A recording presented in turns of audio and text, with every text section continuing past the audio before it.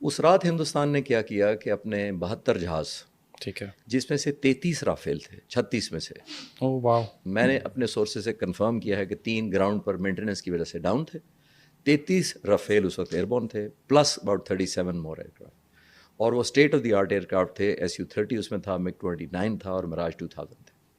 میں ایک اور حساب لگا رہا تھا آپ کے ویورز کے لیے، پہلی دفعہ بتاتا چلوں کہ جب میں نے کیلکولیٹ کیا کہ اس وقت دنیا میں ٹاپ بیسٹ فائٹر جہاز کون سے ہیں 10، تو ان میں سے 4 اس وقت اڑ رہے تھے ہندوستان کی طرف سے اگینسٹ پاکستان. تو ان کا، اور سارے کے سارے بیانڈ ویژول رینج میزائل کے ساتھ لیس تھے. اب شاید آپ کے ناظرین سن کے اتنا جج کر چکے ہوں گے کہ بیانڈ ویژول رینج، لیکن پھر بھی ایکسپلینیشن آئے گی آپ کی طرف لیکن سے. میں کوئک آپ کو بتا دیتا ہوں. بیانڈ ویژول رینج ہوتا ہے کہ پرانے زمانے میں گن مارتے تھے، جیسے نارمل زمینی گن ہوتی ہے، اس میں ہوا میں بھی گنز ہوتی تھی. پھر میزائل آ گئے، 10-15 کلومیٹر والے آ گئے. پھر یہ ریسرچ یہ ہوئی کہ پائلٹ کی تو لمیٹیشن ہوتی ہے، 8-10 کلومیٹر سے آگے دیکھ نہیں سکتا، تو اب ریڈار ایسے بنا لیے جائیں جو پائلٹ کو ہیلپ کریں اور پائلٹ کی آنکھیں بن کر 200-150 کلومیٹر تک دیکھیں. تو اب یہ دونوں طرف سینیریو میں بیانڈ ویژول رینج میزائل کا مطلب ہے کہ ریڈار ایسے تھے جو 150 سے 200 کلومیٹر تک ایک دوسرے کو پک کر رہے تھے. واو. تو ہندوستان کے جو 72 جہاز تھے وہ ہمارے اندر تقریباً 150 کلومیٹر تک اندر تک ہمارے جہازوں کو دیکھ سکتے تھے. ٹھیک ہے. اب میں کوئک فلیش بیک کر کے آپ کو J-10C پر لے جاتا ہوں جو ہماری طرف سے اڑ رہے تھے، اور F-17 بلاک تھنڈر تھے، اور F-16 بھی اڑ رہے تھے اسی کامبیٹ میں. ہم نے تقریباً 40 کے قریب ہوا میں کاؤنٹر کرنے کے لیے ٹیک آف کرائے مختلف جگہوں سے.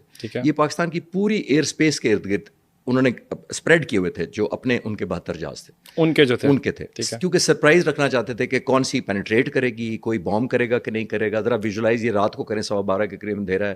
پاکستان کو انہوں نے ریئیکٹیو موڈ میں رکھا. اور آپ کے ویورز کے لیے یہ میں بتاتا چلوں کہ جو اوفینس کرتا ہے اس کے پاس انیشیٹو اس کے پاس ہوتا ہے، بالکل ایسے، اس کے پاس لوکیشن اس کی چوائس ہوتی ہے، ٹائمنگ اس کے پاس ہوتی ہے، اور انٹینسٹی بھی اس کے پاس ہوتی ہے. اور جو ڈیفینڈ کر رہا ہوتا ہے اس کے بعد تینوں ایک نیگیٹو ہوتا ہے، نہ اس کو انیشیٹو کا پتہ ہوتا ہے، نہ انٹینسٹی کا پتہ ہوتا ہے، نہ پلیس کا پتہ ہوتا ہے، نہ کنسنٹریشن کا پتہ ہوتا ہے. تو 72 جہاز جب آئے، پاک فضائیہ نے رسپونڈ بیک کیا اور ہم نے بھی ایئر بورن کروائے. اب ایک ایڈوانٹیج ہمیں تھا، رافیل آپ کو یاد ہوگا 2019 میں جب ابھی نندن کا جہاز ہم نے شوٹ کیا تھا تو ہندوستانی وزیر اعظم نے اپنی وش کی ٹاپ لسٹ پہ کہا تھا کہ اگر ہمارے پاس رافیل ہوتے تو یہ وہ 6 سال میں رافیل نہیں، 3 سال بعد ہی ان کو رافیل مل گئے تھے. ابھی وہی رافیل تھے جو 33 اڑ رہے تھے ایک کی بجائے.